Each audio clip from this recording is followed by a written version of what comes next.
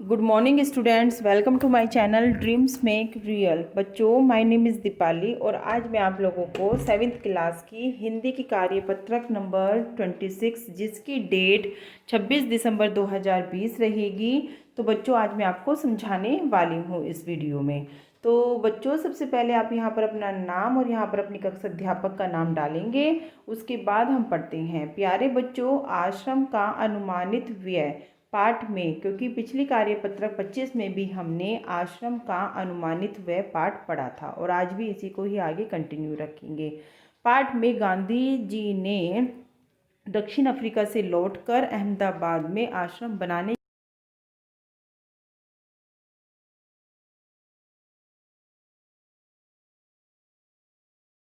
बनाने की योजना बना रहे थे। तो उसके लिए इन्होंने अनुमान लगाया था कि कितना खर्चा आ जाएगा, कितनी एकड़ ज़मीन बहुत रहेगी, कितने कमरे होने चाहिए, कितनी रसोइयाँ होनी चाहिए। तो इस तरह से ये सब अंदाज़ा, ये सब अनुमान महात्मा गांधी लगा रहे थे। आश्रम के लिए आवश्यक छोटी से छोटी चीज़ का उन्होंने ध्यान रखा है।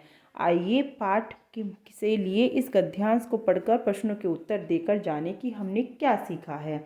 चलिए बच्चों, पाठ को गद्यांश को पढ़ते हैं। देखो, इस महान पुरुष को तो आप भली भांति जानते ही हैं। ये हमारे महात्मा गांधी जी का क्या है, फोटो है। मैंने अनुमान से इन सब पर कुल 5 रुपये खर्च आएगा। मेरे अनुमान से तो महात्मा गांधी कह रही हैं कि मेरा अनुमान है कि 5 रुपये खर्च आएगा। रसोई के लिए जो आवश्यक सामान लाया जाएगा उसके लिए 150 रुपये खर्च करना होगा। तो उस समय बच्चों 150 रुपये भी कोई छोटी रकम नहीं होती थी। स्टेशन दूर होगा तो सामान को और मेहमानों को लाने के लिए बैलगाड़ी भी चाहिएगी। मैं खाने का खर्च 10 रुपये मासिक प्रति व्यक्ति लगाता हूँ। गांधी जी कह रहे हैं कि मैं एक व्यक्ति का एक महीने का खाने का खर्च 10 रुपये लगा लेता हूँ अंदाज़ा। मैं नहीं समझता कि हम यह खर्च पहले वर्ष में निकाल सकेंगे। तो महात्मा गांधी कह रहे हैं कि जरूरी नहीं है कि हम जितनी लागत आश्रम में लगाएं वो एक वर्ष में निकाल सकें। वर्ष में औसतन 50 लोगों का खर्च 6,000 रुपये आएगा। आगे कह रही हैं कि अगर आश्रम में 50 लोग हैं तो उनका एक साल का खर्चा 6,000 रुपये के करीब आ जाएगा। मुझे मालूम हुआ है कि प्रमुख लोगों की इच्छा यह है कि अहमदाबाद में यह प्रयोग 1 वर्ष तक चलता रहे। कितने दिन चलता रहे? 1 वर्ष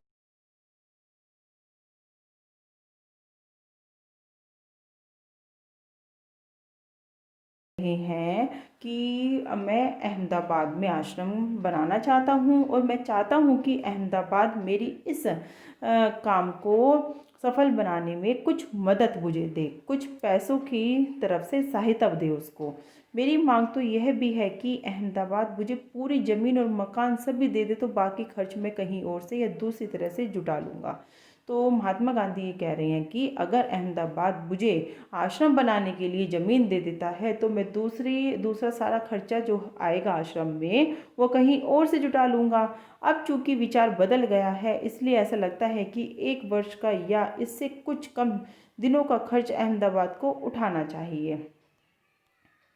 यदि अहमदाबाद 1 वर्ष के खर्च को बोझ को उठाने को तैयार न हो तो ऊपर बताए गए खाने के खर्च का इंतजाम मैं कर सकता हूँ। तो गांधी जी कह रहे हैं कि अब विचार बदल गया है। अगर अहमदाबाद मेरा खर्चा उठाने के लिए तैयार नहीं है तो मैं केवल खाने का खर्च का इंतजाम ही कर सकता हूँ। चूँकि मैंने खर्च का यह अनुमान जल्दी जल्दी में लगाया है, इसलिए संभव है कि इसमें कुछ गलतियाँ हो गई हो, कुछ छूट मुझसे रह गई हो। इसके अतिरिक्त खाने के खर्च के सिवा मुझे स्थानीय स्थितियों की जानकारी भी नहीं है, क्योंकि महात्मा गांधी अहमदाबाद की स्थानीय स्थिति के बारे में बच्चों ज़्यादा नहीं जानते थे, वहाँ की परिस्थितियों के बारे में ज़्यादा नहीं जानते थे। तो इसलिए कह रहे हैं कि मेरे अनुमान में हो सकता है कोई भूल रह गई है, कोई छूट रह गई हो, बिल्कुल सही ना हो। तो बच्चों, अगर आपको मेरा पढ़ाया हुआ अच्छा लग रहा है तो जल्दी से वीडियो को लाइक करिए और मुझे कमेंट करके बताइए कि महात्मा गांधी कहाँ आश्रम बनाने की योजना बना रहे थे, किस जगह महात्मा गांधी आश्रम बनाना चाहते थे। अगर आपको मेरा पढ़ाया हुआ अच्छा लगता है, आप चाहते हैं कि मैं आपके लिए आगे भी ऐसे ऐसी अच्छी सी वीडियो बनाती रहूँ और आप तक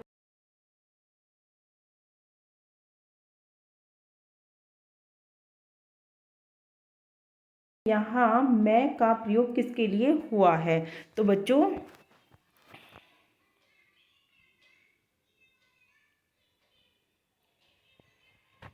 यहाँ मैं का प्रयोग महात्मा गांधी के लिए हुआ है। किसके लिए हुआ है? महात्मा गांधी के लिए हुआ है। तो बच्चों दूसरा देख लेते हैं। स्टेशन दूर होगा तो सामान या मेहमान को लाने के लिए क्या चाहिए? स्टेशन दूर होगा तो सामान को, मेहमानों को लाने के लिए बैलगाड़ी चाहिए। अब आगे देख लेते हैं बच्चों, लोगों की इच्छा के अनुसार अहमदाबाद में यह प्रयोग कितने वर्ष तक किया जाए? लोगों की इच्छा के अनुसार अहमदाबाद में यह प्रयोग 1 वर्ष तक किया जाए। और लेखक ने ऐसा क्यों कहा है कि हो सकता है कि मेरी अनुमान में कुछ भूलें रह गई हों? क्यों कहा है? उत्तर 4 देखिए। लेखक ने ऐसा इसलिए कहा क्योंकि उन्होंने यह अनुमान जल्दी में तैयार किया था, तो हो सकता है कि उसमें कुछ छूटें रह गई हों, कुछ मदें रह गई हों। प्रश्न नंबर 5 बच्चों, गतिविधि है जो आपको अपनी समझ से करना है।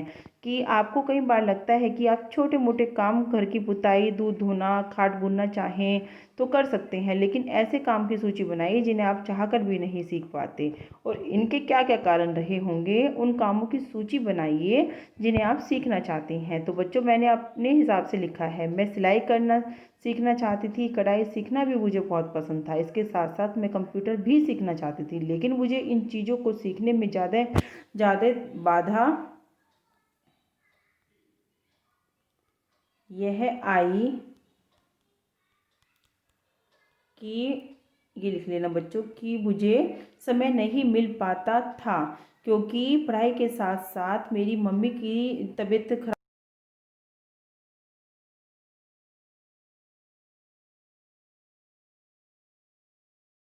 तो मैं अपनी इन पसंदीदा चीज़ों को ज़रूर सीखूंगी।